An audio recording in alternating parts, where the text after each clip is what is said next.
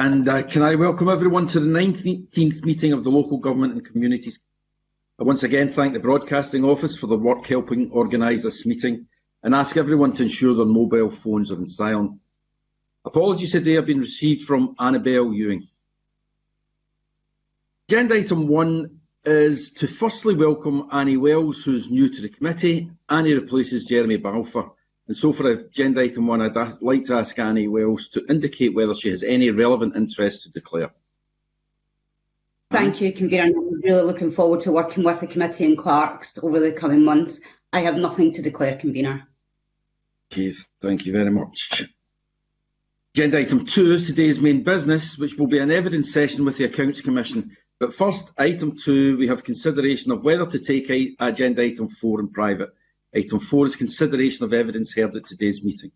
As we're all meeting remotely, rather than asking whether everyone agrees, I will instead ask if anyone objects. If there is silence, I will assume you're content. Does anyone object? Thank you very much. I'll take that silence as acquiescence, and item 4 will now be taken in private. Agenda item 3 is an evidence session with the Accounts Commission. This is the committee's first formal evidence session as part of our pre-budget scrutiny in the lead up to the 21-22 Scottish Government budget. On the 26th of June, we agreed to make the financial sustainability of local government the main focus of this scrutiny. Although this is our first formal evidence session on this matter, the committee has been gathering evidence to scope the impact of COVID-19 on local government services and finance ever since the crisis broke. And today we'll be discussing the Commission's report, Local Government Scotland Overview 2020, which was published on the 23rd of June, as well as looking forward to the challenges councils are likely to face in the coming months. And today, I welcome Elma Murray, Interim Chair of Accounts Commission, Fraser McKinlay, Controller of Audit Scotland, and Catherine Sibbald, Audit Manager, Accounts Commission.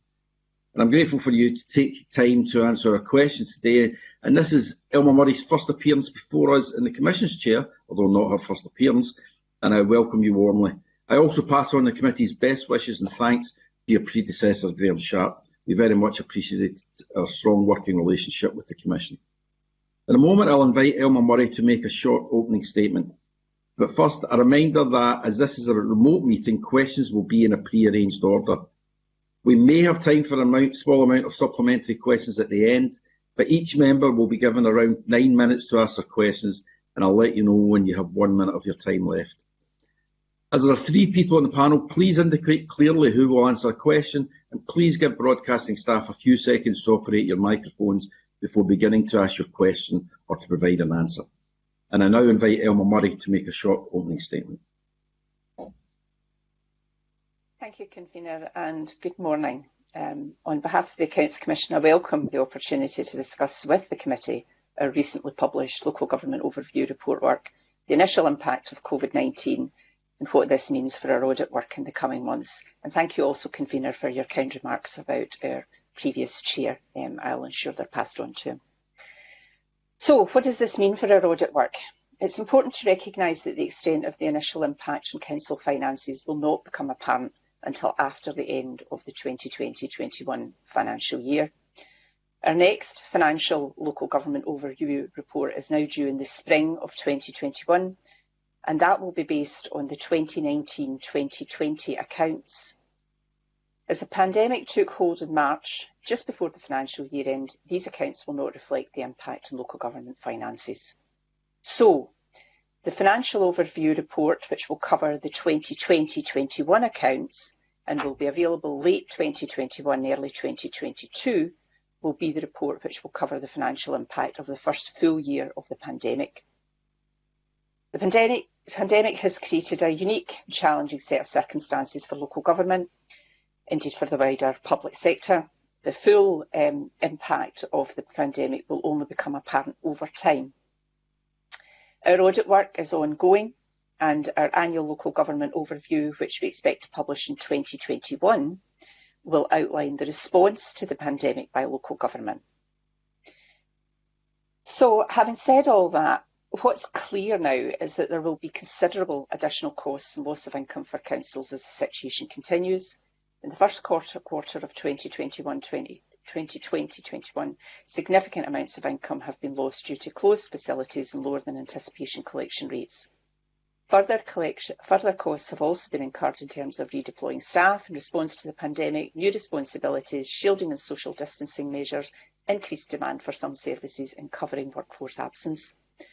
Councils have played a key role with their partners, including the third sector, in providing coordinated support to communities. Lockdown has had a profound effect on key services such as education, social care, provision of benefits and many others. Very few, if any, council services have been unaffected by the impact of the pandemic through lockdown and social distancing. Councils have quickly pivoted to new digital delivery models, and we're seeing many examples of change and innovation introduced that were previously considered impossible. For example, the widespread shift to home working, with thousands of staff now working from home, and digitally delivered services in education. We will report on these in our overview in the summer of 2021.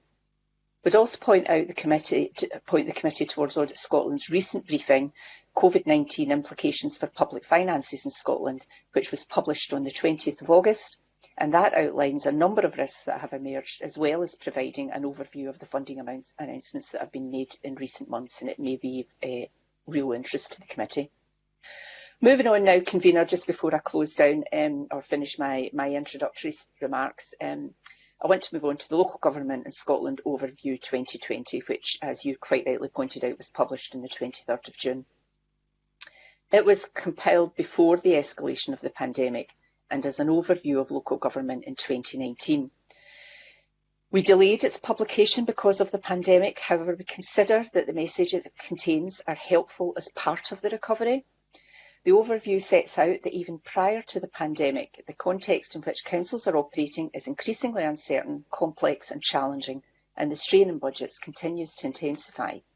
Cumulatively, the pressures are beginning to show across service performance, with councils dipping into their reserves to make ends meet.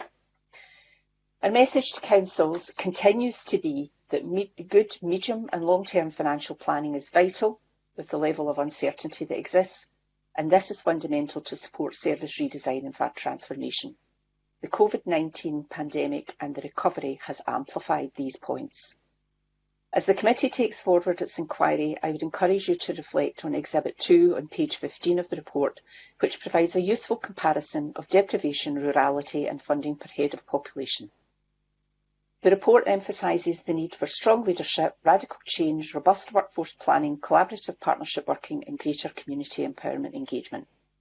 Finally, Convener, in view of the changes in the timing of when the Commission will publish its reports in the coming months, and because we are continually gathering intelligence and insight about how our public services are responding, we would be happy to engage with you and your committee on a more regular basis, particularly as your inquiry progresses, perhaps in roundtable, private sessions, as whatever way you would find helpful.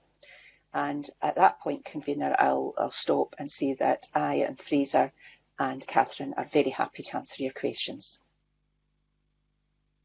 Okay, thank you very much for that. That's very helpful. And your offer to engage more frequently is also taken on board, and I'm sure we'll be in touch with you with response to that offer. Can I ask, we'll start the questions now, I'll just kick off. It's accepted that there had been a 3.3% decrease in real terms between 2013-14 and 2020-21. But in recent years, from 2017-18, it's been a 3.9 increase in real terms.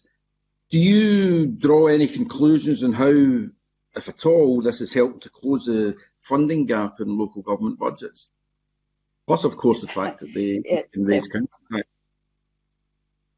Okay, thank you for that, Convener. And you're right, we have seen changes in recent years. In terms of the funding gap, I would suggest that might actually be a slightly more difficult question to answer, not least as a range of different and new responsibilities have come to local government as well. I'm going to pass over to Fraser McKinlay, though, to maybe pick up on the detail of that, if you wouldn't mind, Fraser. Not at all. Thank you, Chair. Yes, not much to add to that, Convener. I think Elma's absolutely right that, as you say, the pattern of funding has changed the last few years. We've seen an uptick in government funding, which continues to be the biggest chunk of funding that goes to local government. But I do also think we need to look at the rising demand. And of course, it's particularly difficult to say at the moment because the last 6 months has completely changed the landscape, as you can imagine, both in terms of the amount of money going into local government, but of course, a significant increase in costs and demands, some of which the Chair set out in her opening remarks. So I think I don't think we can say that the increase in itself has significantly relieved the pressures that local government are facing in terms of its financial sustainability into the future. And certainly, I guess, COSLA would argue that those financial sustainability pressures continue to increase. As Elma said, we'll have a much better picture of all of that towards the end of this year when we conclude this year's annual accounts work, which is ongoing at the moment, but will take a wee bit longer because the deadlines have moved by a couple of months. So it will be the turn of the year, really, by the time we have a fuller picture of exactly what the financial position is. I was going to ask about the effects that COVID is having on this, but as Murray said, it will be probably the next report before you could give us a fuller picture on that. But I wonder, this is probably for you, Ms Murray, that what areas of service and operation do you think were most at risk going into lockdown, and have you seen any signs of whether COVID has changed that in any way? Thank you, Convener. I think the committee has considered over a number of years the risks in relation to social care, for example, and social care has been extensively impacted by COVID-19, and despite what I said, well, in addition to what I said at the start about us not having clear audited evidence until next year, we are gathering a degree of insight as we go about our work even this year, and it is fair to say that there are real concerns around social care in the future.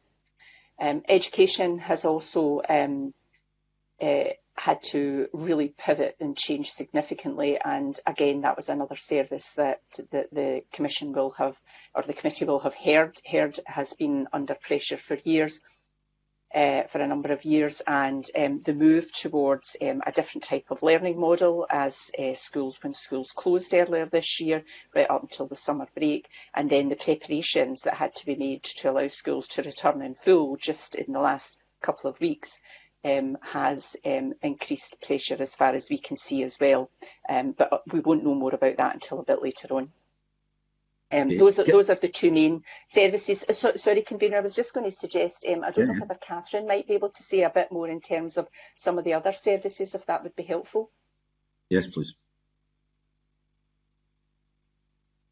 I think what I could draw your attention to is Exhibit 5, which sets out local government expenditure over the period 2013-14, from 2013-14 to 2018-19. And that sort of sets out where there's been increases in cash funding, but it shows the areas where actually the funding may have appeared to, in cash terms, being increasing, but actually it's quite a small percentage change in terms of real terms. Okay.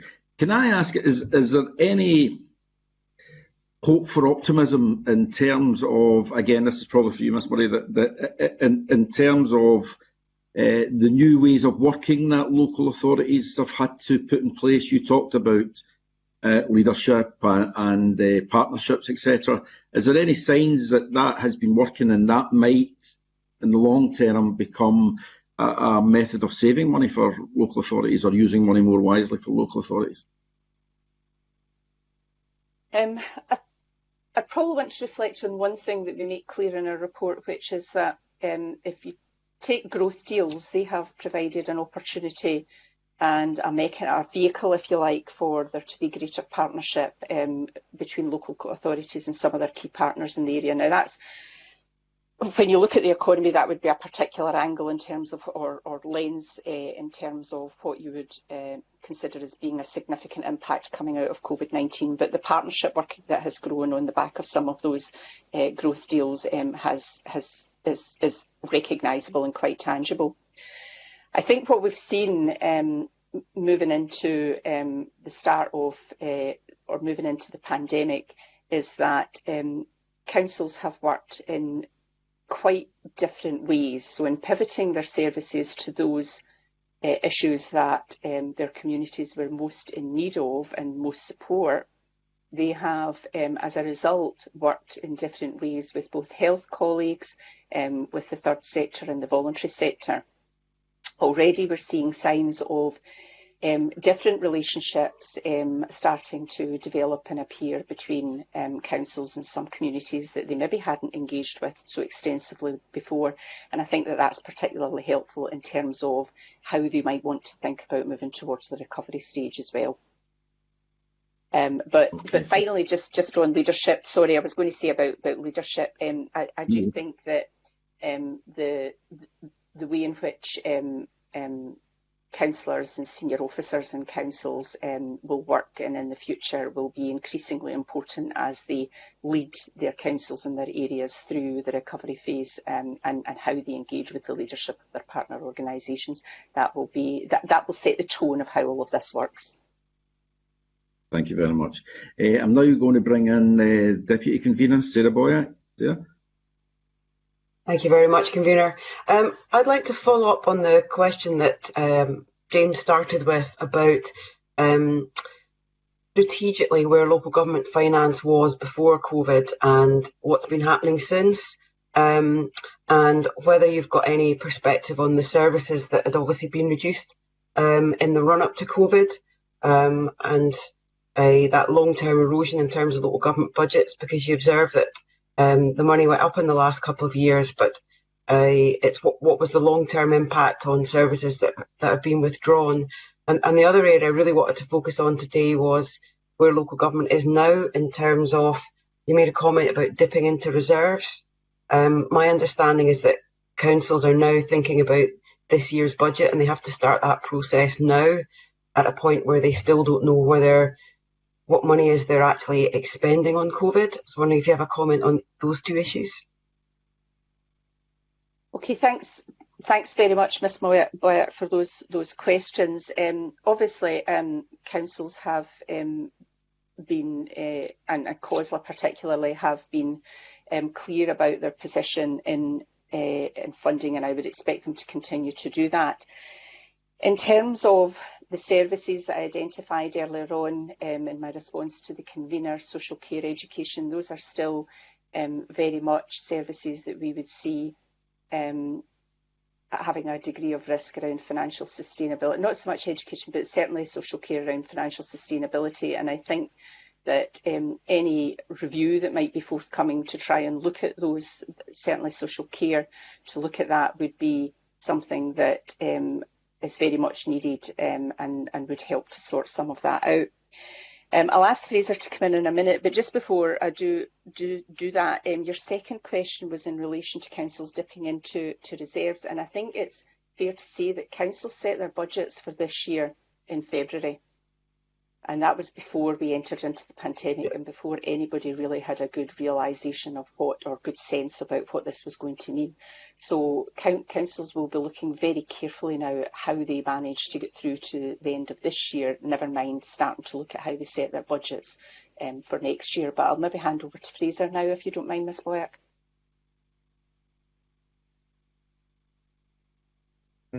So just picking up from there, Ms Boyack, I think on the services question, pages 21 and 22 of our report try to set out in broad terms what the financial position was before the pandemic, if you like. So both in terms of funding, increasing cost pressures, we try to capture some of those. In broad terms, some of the things that councils have been doing to manage it. And I think importantly to come to your question on page 22, in terms of spending, I think in the section that we've called other service areas. So if you look at education and social work as broadly speaking trying to being protected in the best way they can in terms of spending, you can see then some really significant changes in spending in other important areas, things like planning and development services, central services, culture, roads and transport, some really significant reductions in spend. And of course some of those, as we think about the economic recovery in particular, are critically important. So there's no doubt that the way in which some of those services have been impacted over recent years in local government becomes really important as we now look ahead to recovery and renewal. In terms of the picture at the moment, as Elma said at the outset, we published last week a briefing which really tries to set out the money that has flown into Scotland since the pandemic started. So I'll not go into all that detail, but in a nutshell, about £488 million of additional funding has come to local government. Now, quite a lot of that is for specific things.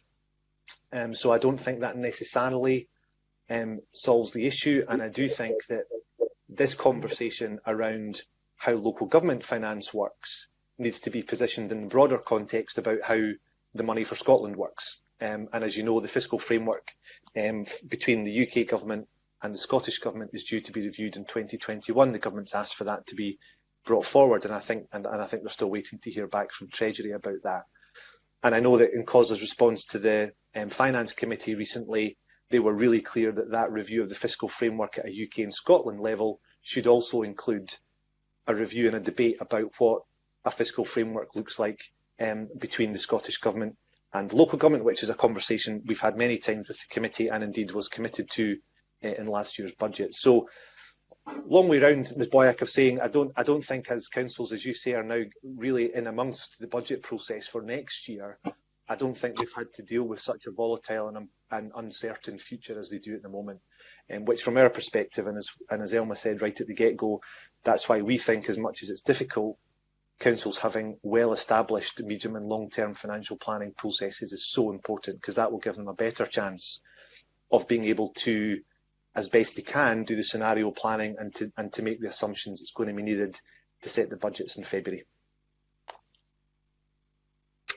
Yes, thanks. That's really useful, and I'd like to follow that up because it does come out very strongly, that issue of longer term finance.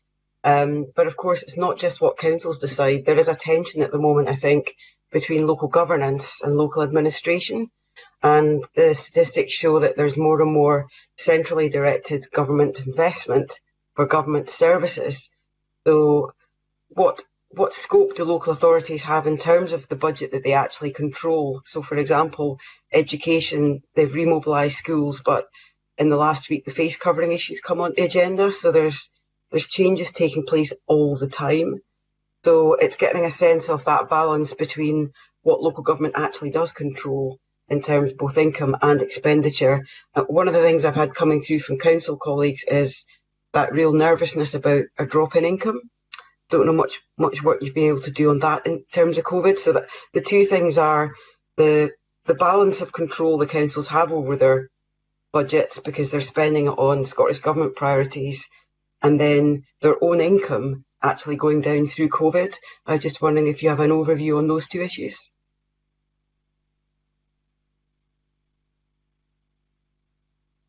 I don't know if Ms Murray or Mr McKinley, which of you wants to pick that one up? If you don't mind, okay, thank you, Fraser. I was going to pass to Fraser in a minute, but I was going to say, Ms Boyack, that there is councils and their associated bodies have seen a reduction in income. We are also already seeing increases in rent arrears, for example, which all goes to all the different forms of income that a local authority might expect to receive. So there's definitely a concern arising there. But I'll pass over to Fraser. Sorry, Fraser. Not at all, Chair. Thank you. Not much to add, actually, because we don't have a lot of detail yet on exactly how much the income reduction will be, and that's the work that auditors will be looking at this year. But it is going to be significant because many of the things that would have brought income in haven't been able to operate in the last wee while. I think there are other important issues, not least things like arm's length external organisations, many of which are revenue generating themselves and obviously have an important relationship with the council, and many councils have had to effectively underwrite those ALIOs, things like sports and leisure trusts and other things where they exist. So, and that will vary depending on the nature of the setup in different councils across the land. So we'll have a much better position on all of that towards the end of the year. Sarah, you've got about 1 minute left if you want to ask a question. And can I remind the witnesses that they don't need to press their mute button, that broadcasting will do that themselves?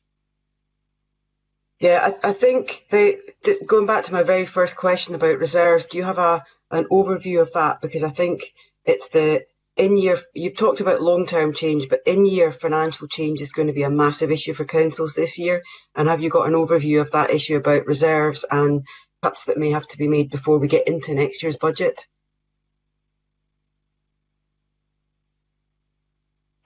If you don't mind, Ms Boyack, I'll pass to Fraser or Catherine.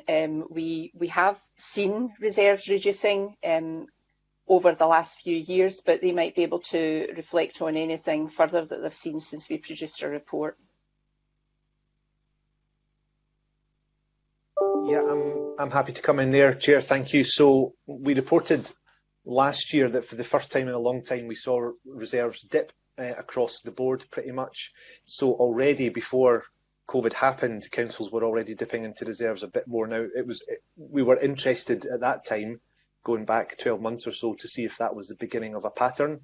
Of course, it's going to be difficult to ascertain a pattern now because I think we're absolutely certain that councils are going to have to be dipping into reserves, which in itself is not a problem, as Boyack. In a sense, reserves are for a rainy day, and this feels like a rainy day. So I think that's okay. But again, it has to be done in the context of good medium-term and longer-term financial planning, and that's why the councils that are in a better financial position will be better able to weather out this storm. But it's not sustainable. It will help them get through this year, but there needs to be a longer-term discussion about the financial sustainability of local government.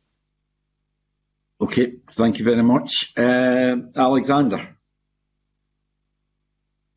Good morning, Convener. Thank you very much. In the opening statement, Ms Murray, you talked about the financial uncertainty, and you touched on some of the partnership workings that are ongoing.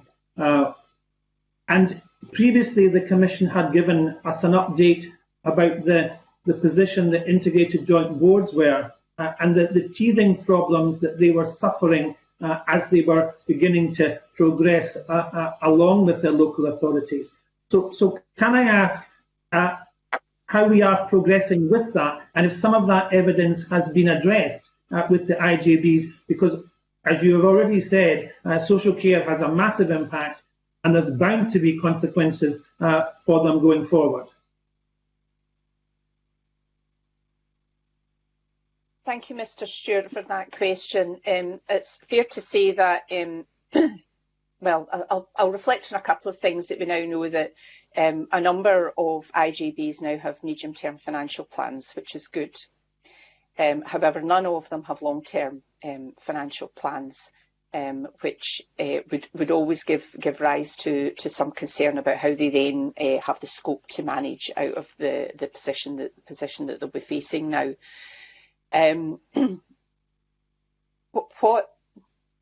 What we see emerging, though, is really a massive focus now on just managing the pandemic and how social care has had to respond to that. And I guess I would offer, I suppose, just an observation on that at the moment, that if things were hard for IJBs and health and social care partnerships before, they are much harder and more difficult now. I don't know whether Fraser or Catherine want to come in and amplify those points or add further evidence to that.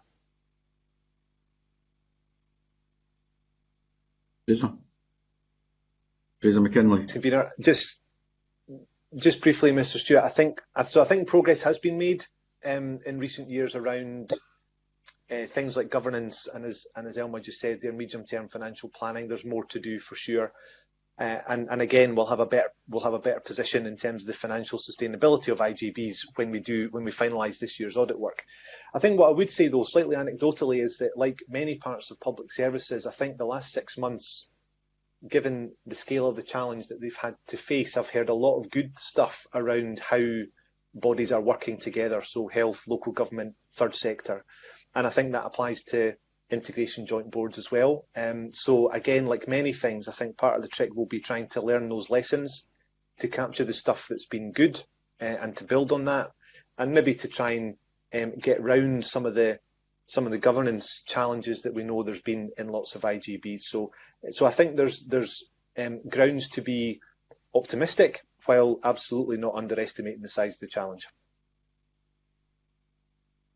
Thank you. I think that identifies the seriousness of the problem and also what we're trying to do going forward. But it would be useful to see if councils themselves were well positioned with effective partnership, because we saw in the past that many of them were trying to come together with other organisations to try and streamline referencing their financial, medium and long-term financial planning. And that was very much the case with a number of councils. But during this crisis, do you think that some of those effective partnerships may suffer as a result of the COVID-19 pandemic?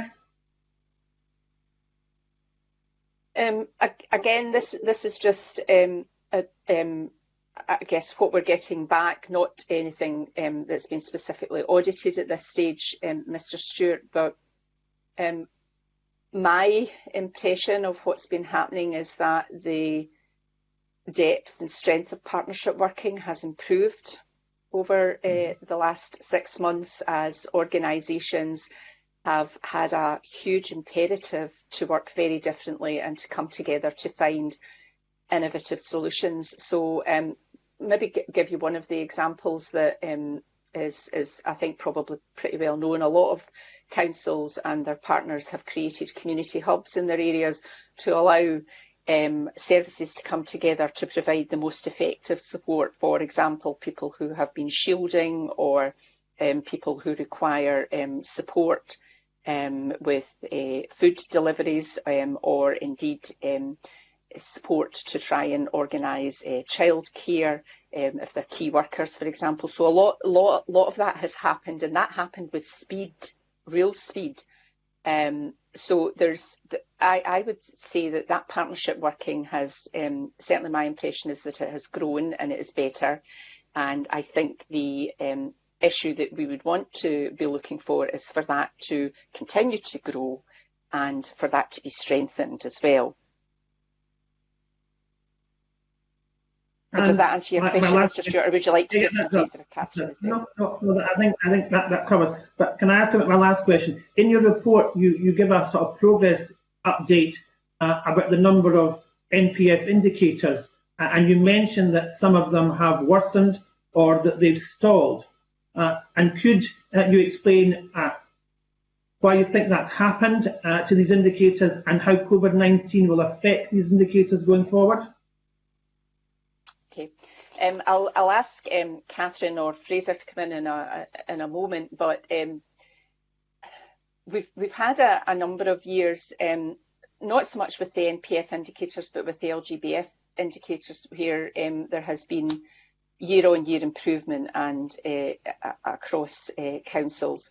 And what we are starting to see now is a real, what I would call a plateau, where they have made a lot of changes. They've managed to improve what they're doing, and there's now, I think, with COVID-19 and the depth and the seriousness and breadth of the impact, there will be a need to rethink again.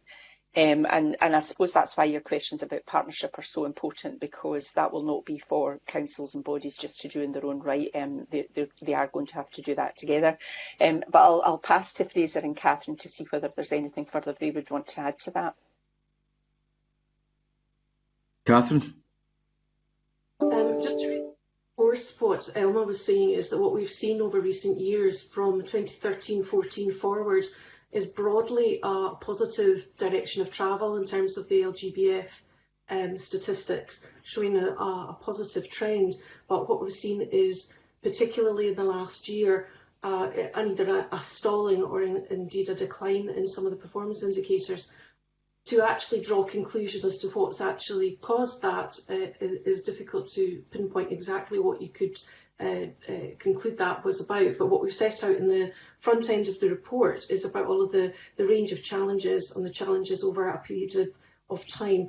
So I would anticipate that there's quite a lot of these different challenges that all contribute to that point in this past year, where the indicators are showing a pause or an actual decline in the LGBF data. Thank you. Okay, thank you very much. Andy Whiteman is struggling to get through. His connection's poor, so he's asked me if I'd ask a number of questions for him. So the first one is on page 20, the ring fence funding increased from 1 to 1.5 billion, now 14% of council funding. Last year it had increased from 6.6 to 12.1. Is this a cause for concern given need for flexibility and adaptability? Chair? Thank you. Thank you, Convener. I'm going to pass that one straight to my colleague Fraser McKinley, because he will definitely have more depth of knowledge on the detail of that than I will. Fraser. Thank you. Fraser. Thank you, Chair. No pressure there. So I'm not sure I've got so much more detail, Convener, Mr. Whiteman, and actually I don't suppose it's for us to say whether that's a problem or not, but it is a feature for sure. And as you know, over the years, recently there's been a bit of debate about what's ring-fenced and what isn't. I think it's fair to say that we've always taken a kind of middle road. The government would probably have a smaller number than that, and the COSLA have had a bigger number than that in terms of what is ring-fenced in terms of flexibility. But I think Mr. Whiteman's point is a good one, is that flexibility to spend money locally is going to be really important in the coming months and years. I think we already know, just touching briefly on the previous discussion, that COVID is really bad news for inequalities. We know that it's not affecting everyone in the same way. There are some communities in some parts of society that are being more heavily and more badly impacted by COVID than others, and that will vary therefore across local authority areas. So going back to the discussion we had with Ms Boyack earlier, I think that needs to be part of the conversation around the fiscal framework and around the settlement between Scottish Government and local government to come to view, because I think it's also fair to say that the ring-fenced so-called money that's in there, the 14%, I don't think anyone would say they're bad things to do. I don't think that's the debate necessarily, but I think there is a discussion to be had about the wider principle of local flexibility and how much of that there is. Okay, thank you. Question 2 is, in budget scrutiny last year, Andy asked about the fiscal framework being developed by Scottish Government and COSLA. Fraser, this is probably for you, because you said the Accounts Commission was not involved, but would be happy to be so if invited. Have you had any conversations with either party about this? Not yet, is the short answer, Convener. I think my sense is that that's been delayed really by what's happened the last 6 months. So we absolutely, as I said last year, stand really ready to help and to be involved in those discussions, but no, not yet. Okay, thank you.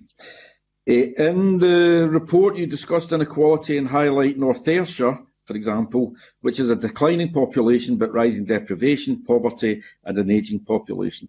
Given the funding formula is still heavily weighted towards population, is there a need to revisit these in light of these kind of circumstances? Yeah. Thanks for that, Convener, Mr. Whiteman. I guess that was why in my introductory remarks I pointed you to Exhibit 2 on page 15, because what that exhibit does do is it shows you how the funding and deprivation and rurality can be, I guess, shown in a diagram, if anything as important as that can be. And I think that exhibit makes for some very interesting reading. And I suppose, being a little provocative here, and Fraser's probably going to cringe now, if I were you as a committee going through your work in the coming months, I would be very mindful of what that diagram's telling you about where the money's going, and whether or not you're achieving what you would like to see as a country in terms of how we're addressing inequalities, matters of poverty and deprivation and so on. So I'll stop there. Yeah, I think Fraser's cringing enough. Okay, thank you. And the last question is, the report discusses the need to do things differently. Pages 24 and 25, you say that more radical change is required and that the recommendations you make are becoming increasingly urgent. In view of COVID and Brexit, this is a very significant recommendation. Have you had any indications that the radical change and urgency you talk about are being addressed? Again, Chair. That's a great question, because my initial response to that is that because of the speed with which councils and their partners have responded to COVID-19, I would say there is evidence just from that, without it being audited and just looking at what they've done, to say things can change quickly. Things can be done very quickly when there is a significant imperative to do so. So I think one of the things for us this year, and our work this year and our overview report next year will try and capture some of this, is what are the circumstances that make that happen? Because it can't always happen because we have a massive pandemic. We need to find circumstances that allow that type of change to happen in a very speedy way. So things like setting up community hubs, moving thousands of people out to their home to work from home, collaborating with their partners, both from the third sector, voluntary sector, as well as other public service bodies, has been tremendous. And I think, in terms of whether it's important, yes, it is important, to answer Mr. Whiteman's question. Is there evidence, or can we see that there's potential for councils and bodies to do that? I think there is, and I would hope that we can report more fully on that next year. But that goes back again to my offer earlier on today, that if you want to have further conversations with us as you go through your inquiry, convener, there will be further insight and intelligence that we are gathering as we go about our work, that it would be good to be able to discuss with you as that is becoming clearer. I don't know whether Fraser wants to say anything further. Fraser? Thanks, convener. Very briefly, a couple of things on that. I think absolutely just to emphasise, I think the thing that's been really striking about the last 6 months isn't so much necessarily that things have changed, have been brand new innovations that no one's thought of before. The real difference is pace. So I know, speaking to some colleagues who, pre-COVID spent 18 months in a council trying to get a virtual contact centre set up, and all the governance and all the stuff that had to be gone through, and some of those have been set up literally in the space of a week. So now that brings risks with it, I have to say, in terms of good controls and governance, and as auditors you would expect us to be concerned about that, and we'll be keeping a close eye on it. But it does demonstrate, as the Chair says, that all of that is possible. And just finally, Chair, we are, on behalf of the Commission, doing some work at the moment about digital in local government and how digital is being applied to services. That was something we had on the stocks anyway, and we've changed the scope of that a bit, really to try and capture what's happened in terms of digital service delivery since the pandemic hit. And we're planning to publish that later in the year, and obviously we'd be delighted to speak to you about that when it publishes later in the year. Okay, I suppose, Chair, that the follow-on from that is there any sign that the good work that's being done has been taken on board by the councils, try and create a circumstance where it can be done? There's a system in place that means that you can, because you can't work at that speed all the time, the way that some of the councils in the third sector have been doing just now, but there's a system in place that when you need to press that button can be pressed and things can be done as quickly as they have been. That is no evidence that we've got just now. I think what I would say is that we are getting signs that there is a will to work towards that. So I think the early signs at the moment are positive. Okay, thank you very much. I'm now going to bring in Annie Wells, for her first questions as a committee member. Thank you, convener.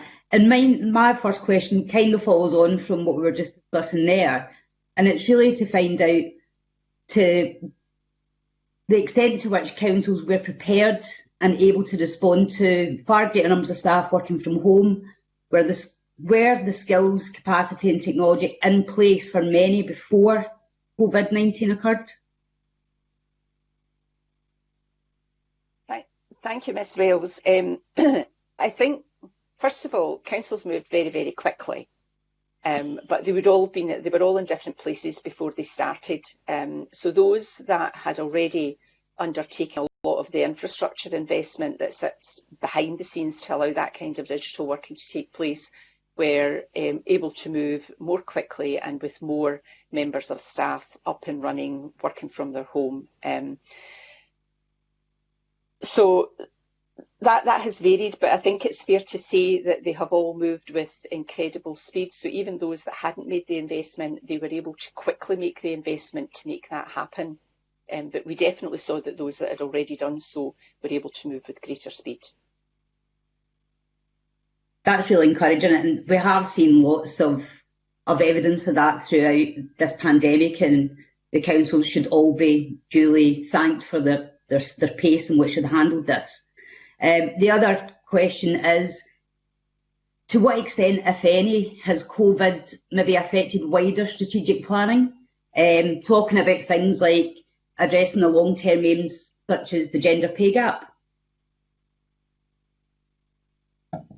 So the Commission had done a piece of work on the gender pay gap, or at least equal pay, and we decided this year, even though we were in lockdown at that point, to publish our report earlier this year. And the reason we decided to publish that was because, one, we knew that councils would be very concerned with managing COVID and then working on the recovery.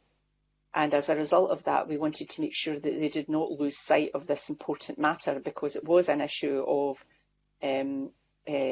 certainly equal pay was an issue that exercised councils for a long number of years. In terms of the gender pay gap, we haven't done some specific work on that as such at this stage, but Fraser and Catherine could maybe remind me if we've got something coming up. I can't recall offhand. Catherine, do you have anything you wish to add? I think Fraser's probably better placed to respond to that. Thank you very much. Right, Fraser. Last man standing, convener as usual. So thank you for that. So the short answer is no, we don't have any more plans to do anything around equal pay or the gender pay gap. As the Chair said, we published an update report on that just earlier this year, although it obviously continues to be a really important issue that we'll keep an eye on in our audit work. In terms of the wider point I think Ms Wells was making around longer term strategic planning, I think that comes back to the point we discussed earlier, which is the impact of the pandemic on different sections of society. And we know that that's not consistent. We know that some members of our communities have been disproportionately affected. When it comes to the economy and employment, I do think there is an important gender issue in there. So things like the impact on the social care sectors, obviously predominantly women that work in there, and that sector has obviously been very significantly impacted over the last 6 months. And the debate about what happens with social care in the future, I think, will be a hugely important one. So I think the short answer is yes. I think councils are having to rethink their strategic priorities, and it's not necessarily that the focus will change completely, but I do think that the focus on inequality will need to be even sharper than it's been up until now. Annie? Thanks, Convener. I'm content with that. Thank you. Okay, thank you very much. And now we'll bring in Kenneth Gibson. Thank you, Convener, and good morning, panel. We've already touched on reserves and also the need for local authorities to carry out medium and long-term planning. But local authorities at this time, and indeed for some time, I believe, when it comes to settlements, are being encouraged to dip into reserves. In my view, I have concerns that this could lead to some local authorities being effectively punished in terms of settlements for their prudence. What's the panel's view of this, and do you believe that the way reserves are being treated could be a disincentive to long-term and medium planning? Okay, thanks for that, Mr. Gibson, and it's very nice to see you here today. As in a previous you've been very formal, Elma, Mr. Gibson, and all that. Mr. Gibson, yes. Well, we're in public session, Mr. Gibson. Exactly. So it's lovely to see you here today, Ken. Yes. So I think just reflecting on your question, I would refer you to some of the comments that we made earlier on, particularly by Fraser, about the importance of having reserves for. One of the reasons is for a rainy day, and if this isn't a rainy day, then who knows what that would look like. I think it's also important to recognise that while councils might be encouraged to use the reserves, that would be a matter that is absolutely for the individual council to take a decision on, because their spend and the way they use their money and their reserves is very much for them to determine. But it does allow that degree of, I guess, local, a kind of local model to exist. So if we look at some of the points that we've already raised today about inequalities and where that might be worse in some parts of Scotland than others, then there are opportunities there for councils to give some thought to that as well. I certainly wouldn't comment on whether they might be getting penalised or not. Certainly not something that I would want to comment on. Fraser, did you want to add something to what I've said? Thanks, Chair. Only to say, I'm just reminding myself, Mr. Gibson, of the report we published and spoke to you about last year. We published the financial overview December 2019, which is the last lot of audited data we've got. And at that point, 23 councils had reduced their general fund reserves in the previous 3 years. So as I said earlier, that looked to us like the beginning of a trend, and we would expect that to increase, and probably increase quite sharply this year, given what's happened. And as I've said a couple of times now, we'll be in a better position to see the picture across the board later in the year. But I think your point is well made, though, which is what we're interested in is not just whether or not reserves are being used, but the way in which they're being used. And if it's being used in a planned way, as opposed to kind of at the last minute having to dip in to your reserves, at the end of the financial year, then that's important to us. It needs to be part of a plan. Yeah, I know you're kind of a bit cautious about dipping your toe into matters which may be construed as political, but obviously there's a concern among some local authorities that Scottish Government may just say, well, the settlement is X, but if you look across local government, the volume of reserves means that there is a flexibility there, and that's why I mentioned earlier on that prudence is not always rewarded in such cases, and that mitigates against the incentive to have medium and long-term planning. But can I just go on a wee bit further before you respond? And it's about paragraph 67, where you say if borrowing and reserves are not enough to meet the Scottish Government response to the pandemic, further reprioritisation is needed. And I'm just wondering if local authorities are currently looking at this at reprioritisation, and how significant do they anticipate that will be? Right, that's a good question. I'm going to pass that to Fraser, if that's okay, Fraser. It is, Chair. Thank you. I'm just scrolling down to find the reference, Mr. Gibson. So yeah, I mean, in terms of reprioritisation, I think that is going to be important. But again, that comes back to the conversation I think we had about flexibility. So it's still the case that the vast bulk of councils' budgets are spent on education and social work, social care in its broadest sense.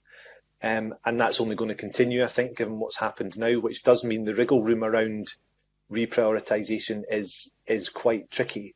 I do think that, trying to find ways in which local authorities can invest in local economies is going to be critical as we look to recover and renew post-pandemic. And that's, as the Chair mentioned earlier, where things like city deals and region deals are going to be absolutely critical, because councils aren't going to be able to do that on their own. I think what I would say finally is that I think, again, councils are in a better place than they've probably ever been to do that kind of work. The budget process now is pretty much an all-year-round process. Councils have a pretty clear sense of their strategic priorities, and increasingly a lot of them do have not only medium-term but longer-term financial plans, which is kind of 5 to 10 years as we would have it. So not to underestimate how hard that's going to be, but I do think the majority of councils are in a better place than they've been to allow that reprioritisation to happen. Okay, and now in terms of the way the pandemic has hit, obviously there's been a significant increase in expenditure across all local authorities, but obviously there's also been some elements of savings as well. For example, local authority vehicles perhaps being used less often, offices not being open, etc. So I'm just wondering what work is being done in terms of reconciliation to give a true picture of the impact on local authorities of the pandemic and the response to that. Thanks for that, and you're right. There will be some savings made as well. I guess in terms of when that will be audited, that will not take place until next year, because the bulk of that, the costs that councils have incurred, where they've spent their money and where they've saved, has been happening this year. However, if there are budgets that are adjusted mid-year to reflect the changes that have been made, then clearly we will pick that up as part of our local audit work, and we will have a look at what that's telling us at that stage. My sense, though, Kenneth, is that, or Mr. Gibson rather, my sense, though, is that the costs have far outweighed the savings, and the savings have been at a much reduced level, a much lower level, so that it's not making that much of a dent on the costs that councils have incurred. Fraser or Catherine, would you like to say anything further on that, please? Yeah, I can chip in there, Chair. Thank you. So I don't have the numbers just to hand, Mr. Gibson, but COSLA have been getting regular returns from councils, which does exactly what you're describing. Each council submits to COSLA an assessment of how much the additional cost is and what any savings might be to net that off. And I think overall then COSLA pull all of that together as part of the discussion with the Scottish Government. And I think in one of the submissions to committees, COSLA reckoned that the net position was still about £500 million of a shortfall. So that includes any savings that might be made. Now, as I say, I'm doing that from memory, so I might not have the numbers quite right, but just to confirm what the Chair said is that the assessment, certainly from councils, is the costs vastly outweigh any savings that might be made. Okay, and in paragraph 14 of your report, you say that the Scottish Government is required to maintain a balanced budget, as we all know, and this can be challenging because funding can fluctuate within the year, and you talk about tax volatility, declining revenues while expenditure is increasing, and indeed, Fraser, you talked earlier on about volatility and uncertainty. So how can this situation be improved? For example, would additional borrowing powers for the Scottish Government assist matters? Well, I think, Mr. Gibson, that's a matter for the Scottish Government to be taking forward, and wouldn't be something that I would proffer an opinion on. But in terms of just the volatility and what councils are managing, I think we've talked quite a lot about that today. But Fraser, do you want to embellish on anything I've said? No, and Mr. Gibson, I've just managed to catch up. I've just realised that you were referring to the COVID-19 briefing, I think, that we published last week. So now that I've got the reference, just to say, yeah, as the Chair says, not for us to comment on whether there should or shouldn't be more powers, but I think what we can say is that the fiscal framework, as I say, was due to be reviewed next year anyway. It was not designed with this in mind. I think everyone would agree with that. And so there's no doubt that there is a discussion to be had about how that works. And just to make a point I made earlier, including then what does that mean for the Scottish Government and local government relationship too? Okay, and just lastly, I mean, to be honest, I didn't think I would get the response I was hoping for in that last question, but never mind, one has to try. In the Scottish Parliament, well, North Ayrshire Council was mentioned earlier on, but in the local government facts and figures published by SPICE on the 24th of June 2013-14 to 2020-21. Despite the squeeze on local authority funding, 3 local authorities did have a real-term increase over that period. North Ayrshire Council, for example, had a £41 real terms per head increase in funding over that period. East Ayrshire £5, Aberdeenshire £1, but all other local authorities had a reduction. Is there any? What's the Accounts Commission's view in terms of how these resources are spread? Because there was quite a variance in terms of the expenditure per capita in Scotland and how that's changed over the last 7 years.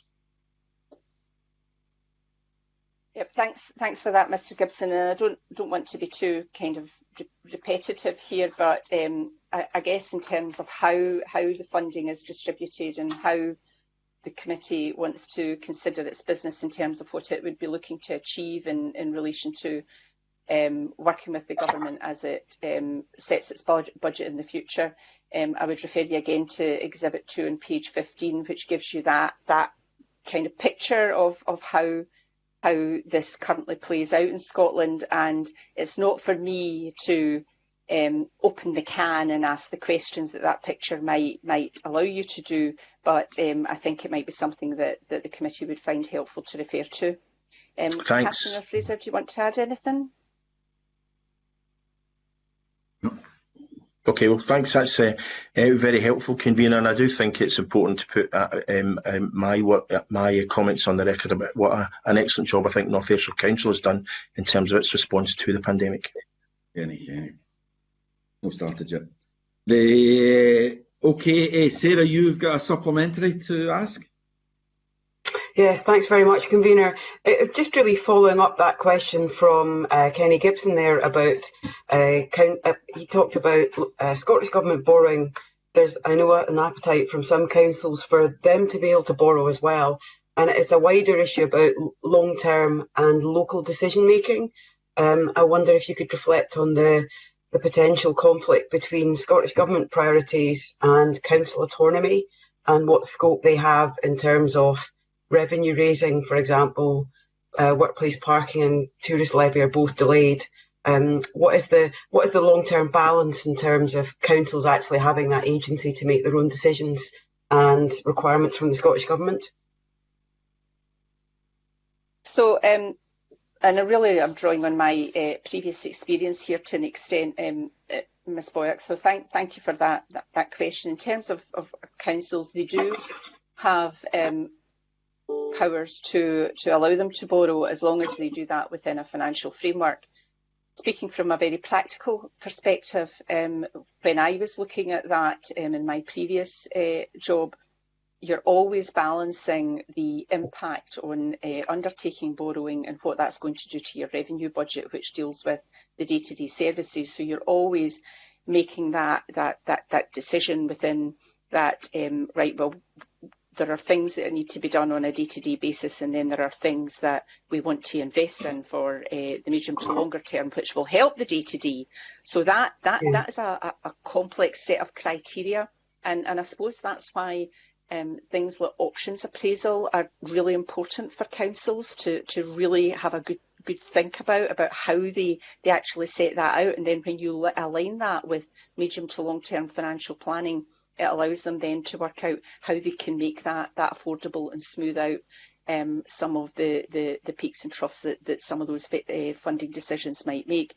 I do think that revenue raising is something that has, as far as I can see, has had mixed views across Scotland. Not from the point of view of whether they should have the powers to do it, because I do think that local government will always be seeking to have as many devolved powers as they possibly can. But I think it's more what kind of revenue is possible in different areas of the country. So again, I'll give you a very local example. So we are, obviously as a country, we've been looking at a tourist tax, but when I was Chief Executive in North Ayrshire, Arran, already hotels were regularly adding an extra £1 on to allow them to invest in their local tourism on the island, and that is something that had been in place for a number of years, and they decided to do just as part of their approach to tourism on the island. So I do think that there's, as I say, there's differences in what's happening. It's hard to think that there's a one size fits all for all of this. Fraser, did you want to come in on some of the things that I've been addressing, but also some of the wider aspects of Ms. Boyack's question, please? Thanks, Chair. Only briefly to say, Ms. Boyack, that I think I mentioned it earlier, COSLA and the Society of Local Authority Chief Execs and Directors of Finance submitted a submission to the Finance Committee recently, which actually I think sets out quite clearly what local government's expectations would be around a local fiscal framework, including local taxation. And you'll know, as we cast our mind back towards the end of last year, there was a debate, and I think we spoke to the committee about whether non-domestic rates, for example, should be devolved. And I think COSLA's position is that they would like that to happen, but it needs to be done in the round. It needs to be done in full consideration of the entire fiscal framework, all the kind of levers that councils might have. So I think that submission from COSLA, while I don't make any comment about it being good, bad or indifferent, I think it is the clearest kind of proposition that I've seen to date, really, which hopefully will provide the basis for the discussion we mentioned earlier. Thanks. I suppose the context is about having less autonomy and less agency to make some of those decisions because of the impact the pandemic is naturally requiring them to spend more money on areas they hadn't budgeted, and there isn't the capacity to maximise their income. That's a very helpful comment. Thank you. Okay, thank you very much. That completes our questions and concludes our evidence session this morning. Can I thank you, the Accounts Commission, for taking part in this meeting today. It was a very useful session.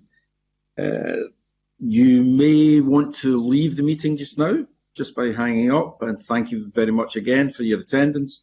And that concludes the public part of this meeting. We will resume the meeting in private on Microsoft Teams. I propose we take a 5-minute comfort break. Please accept the clerk's meeting request for the private discussion, which will be sent shortly. You can exit the meeting by clicking on the red telephone icon, and I now suspend the meeting.